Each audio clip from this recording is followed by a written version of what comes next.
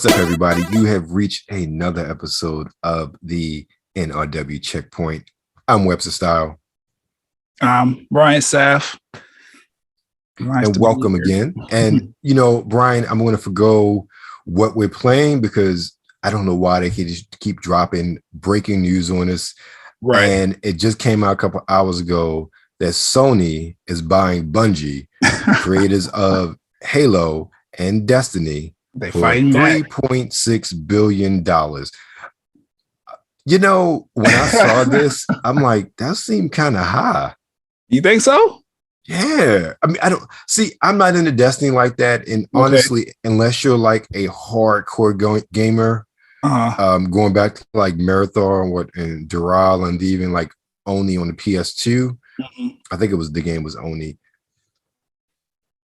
Bungie doesn't have a lot of IP outside of Destiny that I know of that goes across like the gaming consciousness. Like you got to be hardcore or like really like when Bungie was with Microsoft and they were really pumping a lot of older IP on the Xbox Live and whatnot.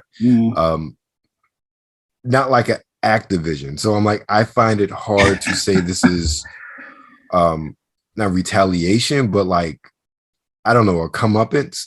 Also, because in the statement was like, hey, everything that's going to say multi-platform, they're going to remain independent. It's like Sony's like, we just buy them because we need another money printing machine. That's pretty much what it is.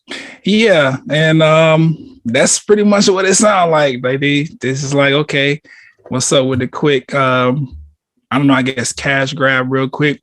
But I think because Destiny is like a very, very like large game. It's heavily played. I don't want to like say it's on the same level of Call of Duty, but like the community and the playership is in that, same kind of space as far as like how often people play the game and the fan base behind it. So I could see why, because it's still a very active game. They always coming out with new DLC, which is something that they do different in Call of Duty that I actually like about Destiny. Instead of making you buy a brand new game every year, whatever, they just like, no, we just gonna add on to what we already have, give you a DLC from, $20 to $40. And, once you beat it, it just incorporates itself into the in-game aspect of everything. But as far as this purchase is concerned, like, I could see why they went after Destiny, especially with the way that virtual reality is moving.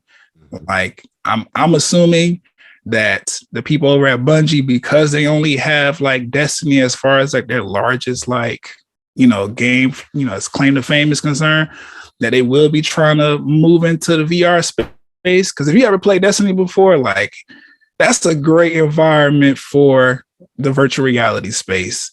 And then I don't know, they just they bought Halo, which is interesting because today I seen the trailer for the Halo series that's coming on Paramount Plus.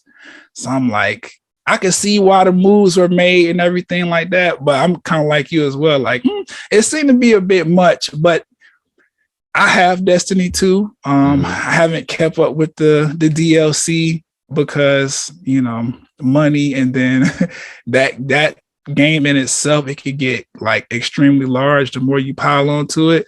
But with the announcement of the new DLC that's coming out, I think it's either out now or to be out in a few weeks. Like it's a move that makes sense to me from a player fan base, from a PlayStation fan base. But yeah. They fighting back. I just feel like that's the best way to put it, and also looking forward to the future, like looking towards the future, because the game that they've built, like Destiny, is a very, very immersive game, and I could definitely see that transitioning into a virtual reality space, especially with Sony VR. I don't want to say it's ahead of the curve, but like, I think that was out before Oculus, if I'm not mistaken. Like they ran like parallel to each other as far as release time and release date and everything. Right. So I could definitely see Sony being like, okay, we're buying y'all because we know the metaverse is coming and people are going to be on that a lot more often. And the game that you've built already is kind of set up to be, a virtual reality kind of experience. So we just looking forward to the future. And then as far as Halo is concerned, like, honestly, that's the only game like for Xbox that I was like, oh, I would like to play that one day, and just never got around to getting the Xbox to play it. So Sony like buying that and being like, yeah, we got well, that's the thing. Like, Microsoft owns Halo. Like, that's right. Them. They're just Bungie created. That was part of, they gave up Halo to buy themselves out from Microsoft years ago. And I think that's the funniest part of it. They were owned by Microsoft, got out of being bought by Microsoft, partnered with Activision for Destiny, got out of that deal with Destiny 2, and now they're being bought by Sony. But I think we should probably tie it off after this, though. Your point about VR is something I haven't heard brought up today. And that is, I've watched a couple of different videos and people giving analyses of the whole Bungie Sony thing. I didn't think about that. And that's a very good point. I've heard people talk about like the live service games, something that Sony does not do well, doesn't have a good track record in. And that's something that Destiny and Bungie can bring to the table, really help them out with their technology. But no one ever spoke of that possible VR aspect of things, especially with the impending PlayStation VR 2 coming out, and then what it really does, or how that really sows the seeds for those advancements and those immersive experiences a couple years from now when things really mature in this generation and we're poised on the next generation. That's a very good take on it. That's really good. I like that. I mean, that could really, set some things off there. That's really great.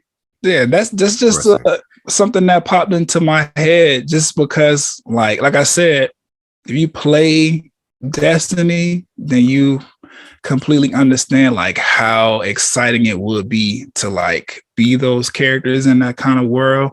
And with the way, I don't know, like the PlayStation VR, whatever, it doesn't get the credit it deserves. Like, there's a lot of great games on it. I know Oculus is like the big one, like everybody wants Oculus or whatever, but PlayStation VR, they have some material there that they could definitely use to like compete.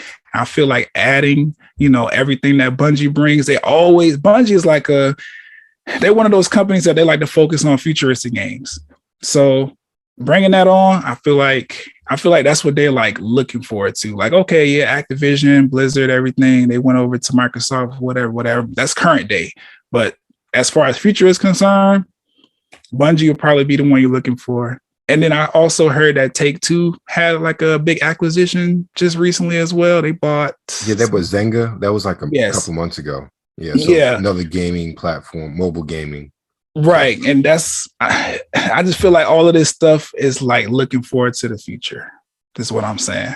I totally agree. I think it's going to be really interesting, not just over the next couple of weeks, really the next 3 months or so, because I could see more of these sort of acquisitions happening. It just depends on who.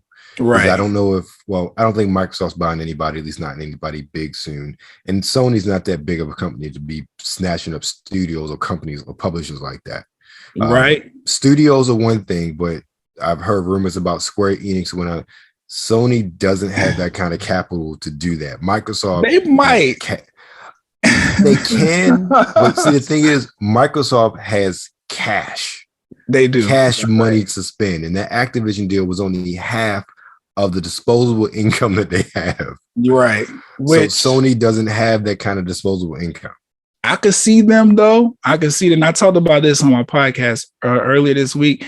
I could see them though creating some kind of like partnership in order to kind of circumvent all the money that they would have to spend to acquire. I can see that too. Yeah. Because like Square Enix, Disney and Sony, they already partnered up to give us like Kingdom Hearts and that entire franchise, whatever. And it's been very, very lucrative. I think outside of Kingdom Hearts, Disney has not really forayed into the gaming space other than their own like little games that haven't really, been as big. And then all of the remakes that have come from Square Enix as far as the Final Fantasy series is concerned, they're still building out the Final Fantasy world. Like, I think 14 is the one that's like the massive multiplayer one or whatever. Like, I can see Sony being like, okay, you know, we don't necessarily have the money to buy you outright, but like you could partner with us or whatever. We could partner with you guys and try to come up with something that's that could compete on the same level as that Activision Blizzard Microsoft deal. Just because the track record is there. Like Square Enix has created tons of games for Sony and the PlayStation brand that have gone on to be like kind of like cult classics almost. Like I don't know a bigger RPG series than Final Fantasy. Right. And then, like I said, what they did with Kingdom Hearts, that kind of hit like a huge reset button and just made people remember the feeling of RPGs all over again. Great storyline. Disney was not shy about, you know, licensing out their characters in order to make the game happen. Like I could see something happening there. Right. Now, did you plan that? Because that's a great segue into our first new release this week. I did not plan that. This is I'm freestyling. That was great. Our first new release is Life is Strange Remastered Collection, which is published by Square Enix. Okay. If you're familiar with the Life is Strange games, I am really not. I've never played them, but they're adventure games. I know it's like supernatural sort of like elements there. They came out on the previous generations. Well, this is a collection of Life is Strange and Life is Strange Before the Storm, and they're both remastered for current generation hardware and last generation hardware as well. And it's pretty much available on pretty much everything, even Stadia. So yeah, that's I haven't played that one. I know the development studio behind it also did a Xbox title that's in a similar vein. I've played that a little bit because they gave it away for free, and that was interesting. So if it's anything like Life is Strange, I'm pretty sure if you're into those sort of narrative adventure point and click kind of games, then this is definitely, just think of the old Telltale games. Yeah. Like Walking Dead and whatnot. They play very similar to those games. So I enjoy those games. I've enjoyed, and I forget, Tell Me Why is the game that's on Xbox that was developed by that studio. Okay. I've enjoyed that for the little bit I've played it. Not something I've gone back to recently, but Life is Strange definitely has a fan base out there. Yeah, definitely. It's like I said, Square Enix, when it comes to developing content for PlayStation, they don't miss. And I know like they foray into other platforms, but that Life was Strange, I think I played the first one, and I don't know what made me not like play the second one or whatever, but it's always been like, oh yeah, that's a good game. I would never like shit on Life is Strange. It's a solid series. Right. Well, that's Life is Strange Remastered Collection. Next up is the Waylanders, and this is a party-based RPG, and this is PC only, and it is developed by Gato's Studio. Okay. So yeah, I think we're looking at the trailer for that a little bit later, and apparently it has some old veterans from BioWare when BioWare was good as part of the creative team. So this should be interesting as well. Next up is Sherlock Holmes Crime and Punishment, and this is a game that has been out literally forever when it comes to video game time is concerned. It was originally released for the PS4, Xbox One, PlayStation 3, Xbox 360, and PC back in 2014. Right. So this it finally been released on the Switch. And this is, again, one of those adventure games, and this is from developer Frogwaves with publisher Focus Home Interactive. And then the biggest release of the week is Dying Light 2 Stay Human. Any thoughts on this one, Brian? Dying Light 2? Yes. Not until I watch the trailer. I'm aware of the Dying Light series. It's more like a horror game, right? It seems that way. I've never played. I've only ever seen trailers. I never actually watched gameplay. It looks like your standard post-apocalypse sort of zombie sort of motif. It's like say it looks interesting and generic at the same time. If you know what I mean. Yeah. I think there's a lot of world building in this one. A lot of resource collecting. I don't know, those aspects of those games never really appealed to me. I just want to get in and kill zombies and go away. Yeah, I'm not really like a zombie apocalypse or any other kind of scenario kind of player. I tend actually, when this might be a little stereotypical, I don't know. I tend to play those type of games more around Halloween time, just to like be in the ambiance. Right, it makes perfect sense. Yeah, just to be in the ambiance of the whole vibe, whatever. But zombie shooters, you know, you can't necessarily go wrong with that or whatever. We spoke about this before about like people having a apprehension about shooting humans all the time. Right. So the whole zombie thing, I understand why there's a player base for that. And I have seen people play Dying Light 2. It's just never been something that's like called me to it. But I'd be interested in giving it a try maybe around Halloween time. Right. Because I do know it to be a very, very good game and very like well thought out. It's always one of the ones that, you know, people mention the zombies and the stuff that Call of Duty does with their zombie things, and what I think Battlefield tried to do a zombie game. Like when every time they mention the zombie category, like Dying Light is always like, oh yeah, people love it and it's great story and all this other stuff. So I don't know. It could be fun. Okay. Well, we'll definitely watch the trailer. So I think the first trailer we're watching is Life is Strange Remastered Collection. Okay. Which Life is Strange game, but it's a very, very compelling and entertaining. Feels so weird to be back. After 5 years, you're still Max Caulfield. What do you remember about us as kids? I think about us as little pirates, running and jumping through Arcadia Bay. We are awesome!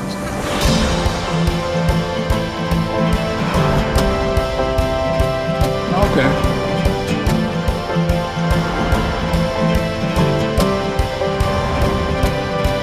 Come on, let's dance! Or take my picture with your new camera.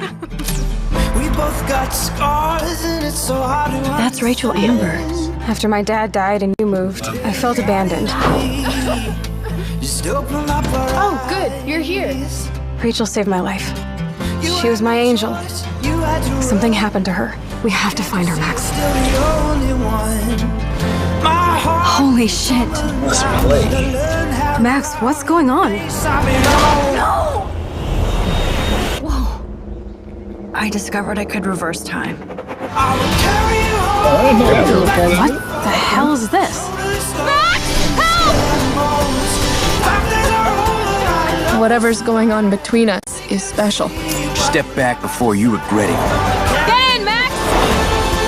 Then I realized I had a choice and the power to change everything. Arcadia Bay is on the edge of disaster. Time to change time. Whatever happens, I'll always have your back. Always.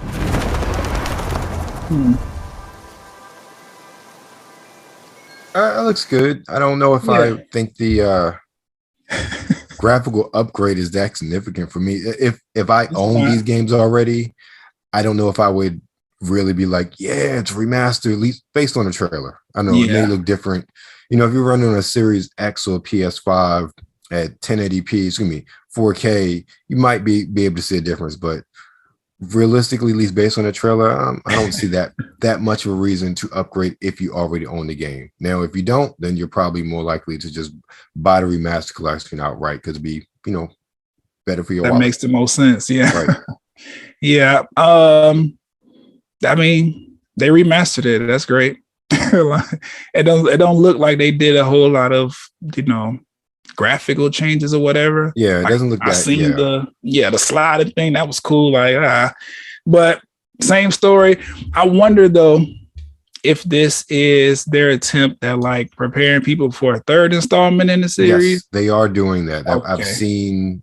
I feel like it was around the Xbox summer event that they had them talking about Life is Strange. I think it's Life is Strange 2. And talking about the story, and they showed updated the graphics for the current ones because I believe this is going to be focused on the next gen systems. So yeah, I believe that's it. So that is coming. I just couldn't tell you when. Okay, well, we'll see.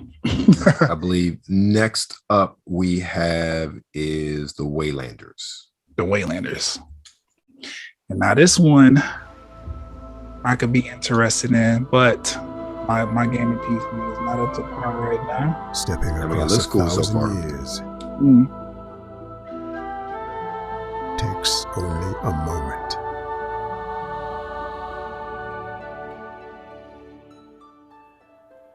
This is a different time. Looks different. Filled with castles and high stone walls.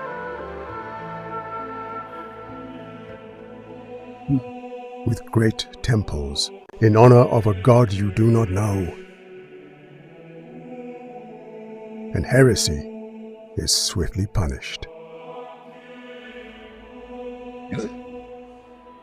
While magic hides in mountain caves and deep forests.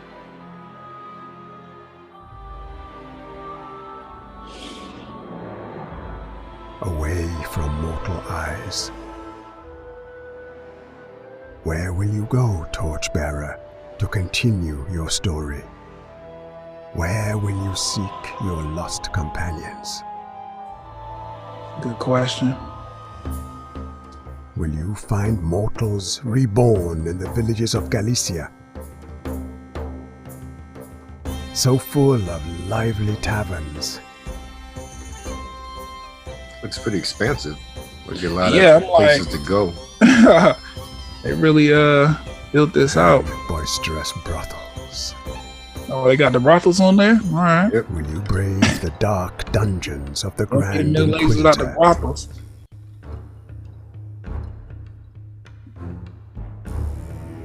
Where imprisoned immortals are caged?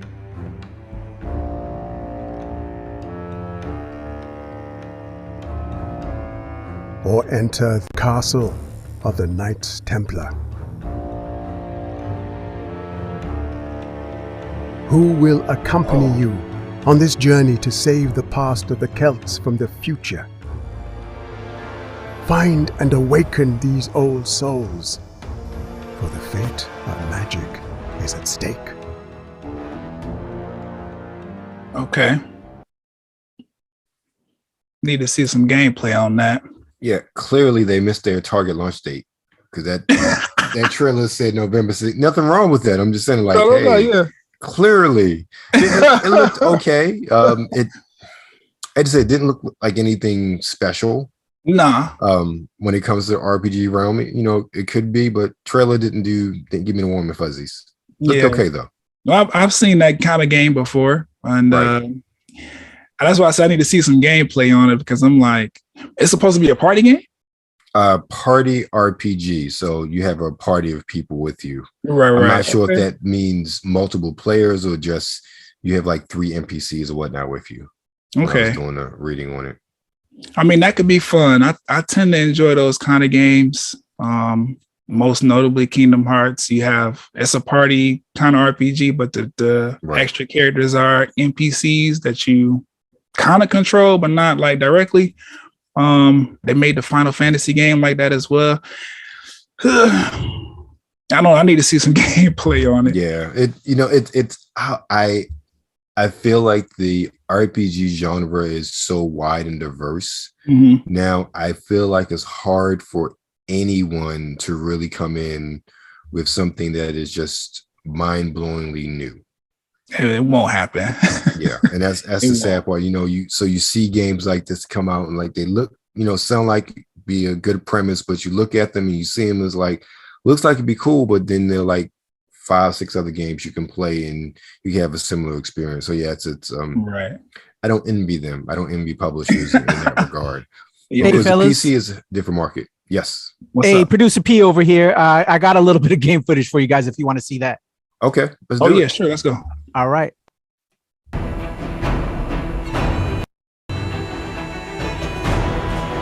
I'll fast forward a little bit. I guess it's the creative class. Yeah. There we go. So they have the skill point thing.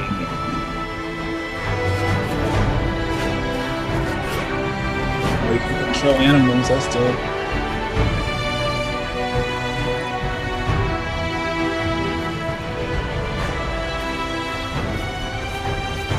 So very much an action-based RPG. Right. Just those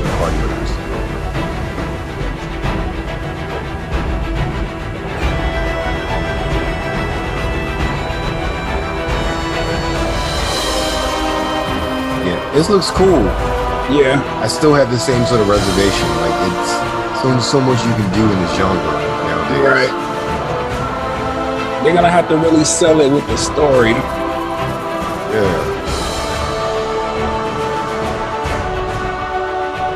Turn them into bunny rabbits. Cause isn't World of Warcraft like this? You know, I was getting World of Warcraft vibes from the interface and everything beforehand. And I've never played World of Warcraft, but it just I got that vibe from it. So I'm glad it wasn't just me.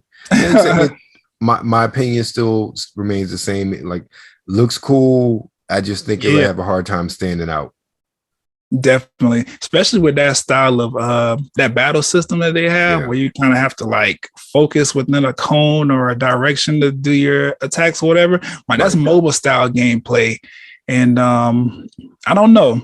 It'd be interesting to see how it works out for that, but I don't, only for PC. So yeah, there's a whole different market there. So last but not least, we have our clearly the biggest release of the week, because this is the one I keep seeing advertisements for, and that's Dying Light 2 Stay Human.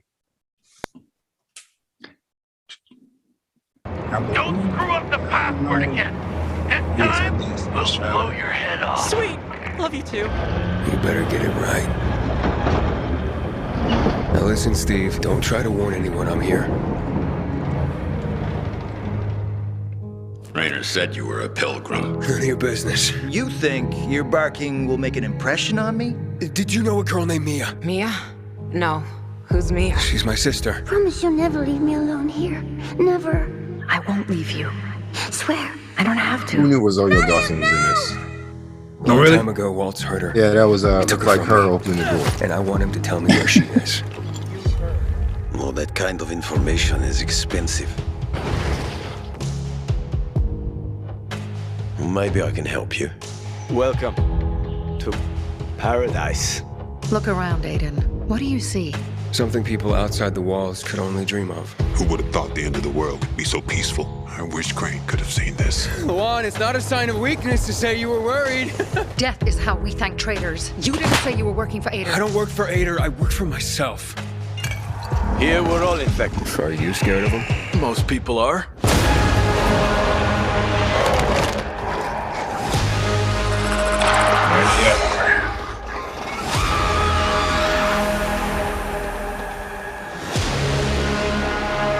Those who are weak just give up. Keep them busy. They stop caring about anything. Give up on life, but you definitely still care. Story elements.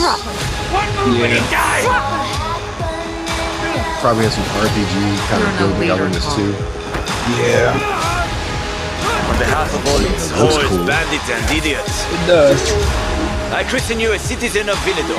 And in the name of law, you're sentenced to death for treason. I know what loss is like. Talking about someone in particular? She trusted you, and you failed her. I'll be okay. You pay for that. 3 against 1? I like those odds. Count again. Sometimes you have to become a monster to stay human.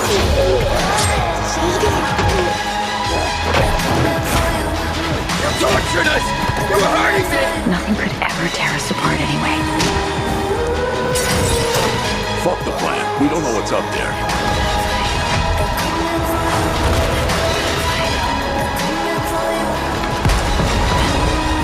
You understand nothing. A little boy wants to pretend he's a grown-up. A precious little boy.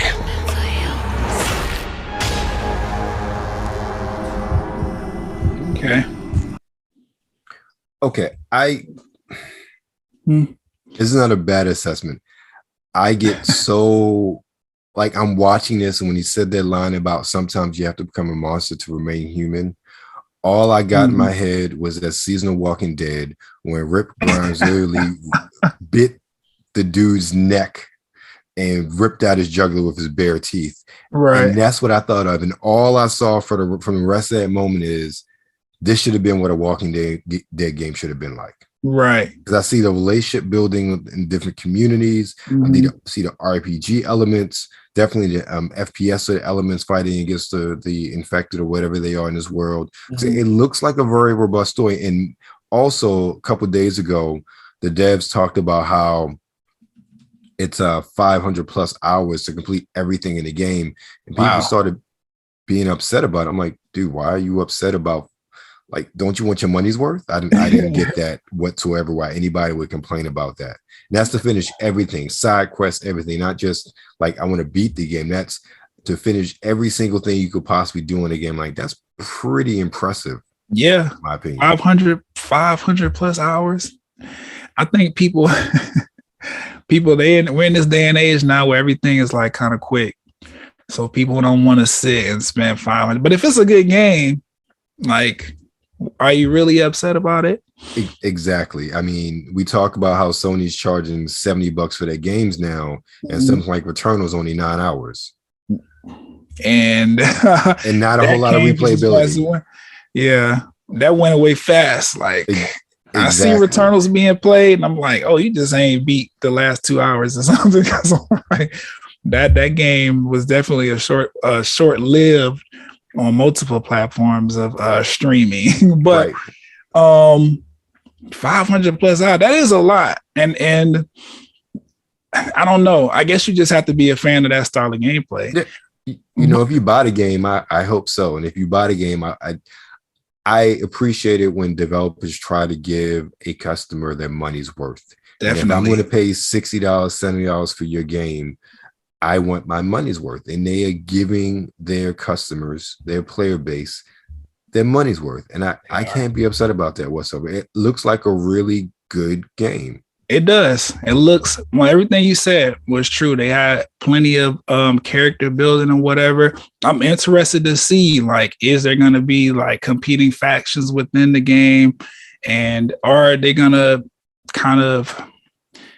because when you said that one, bro, sometimes you have to become a monster to be, you know, I've got like, oh, okay, so they're going to find a way to infuse the zombie DNA with the humans or whatever to give them like extra, you know, boost of powers. I don't know. But, you know, that definitely an interesting game. I think people just probably want it to be like broken down into multiple games instead of 500 plus hours. Because you hear 500 hours and you like, that is a long time. But then at the same time, I think about like Last of Us, like that was a long game. And then they was like, hey, part 2 coming in a while or whatever. And then it came and that part 2 is also long. So I don't know. Maybe they just maybe the players that you saw complaining, they just looking for a little bit less of an experience as far as playtime and then a leeway into a third game. I don't know. But then why would you want to spend more money? I don't know. Yeah, I don't get it either. I don't get it either. But that's our last game for the week. Now, Brian, what do you have coming up this week? More podcasts. You can check. Am I doing it right? Oop, other side. Boom. Talk+Play, blerdcast. Check that out. I'm gonna probably delve into, you know, the whole Sony Bungie thing a little bit, and I definitely am going over TV this week, so check that out. All right, cool. And I will be podcasting as well. Friday I'll be dropping a new episode of the Sartorial Geek podcast by WebsterStyle. Still ironing out the outline, but I'm definitely talking about the Halo trailer, as well as, I don't know if you watched it, the trailer for Texas Chainsaw Massacre. That is gruesome. No, I did not. Yes, it just dropped today. It is gruesome. But yeah, I'll be talking about that in addition to always a fragrance of the week. And definitely I'll be talking about the Royal Rumble. That's my main topic of the show. Okay, cool. Right. I'll be checking in. All right. And you have just finished another episode of the NRW Checkpoint with WebsterStyle and Brian Sapph. Feel free to follow the NRW Nerds Rule the World New Release Wednesday on Twitter at the NRW. Follow us on Instagram at New Release Wednesday, and always like and subscribe this video and subscribe to New Release Wednesday on YouTube. Please and thank you. Yes. Thank you.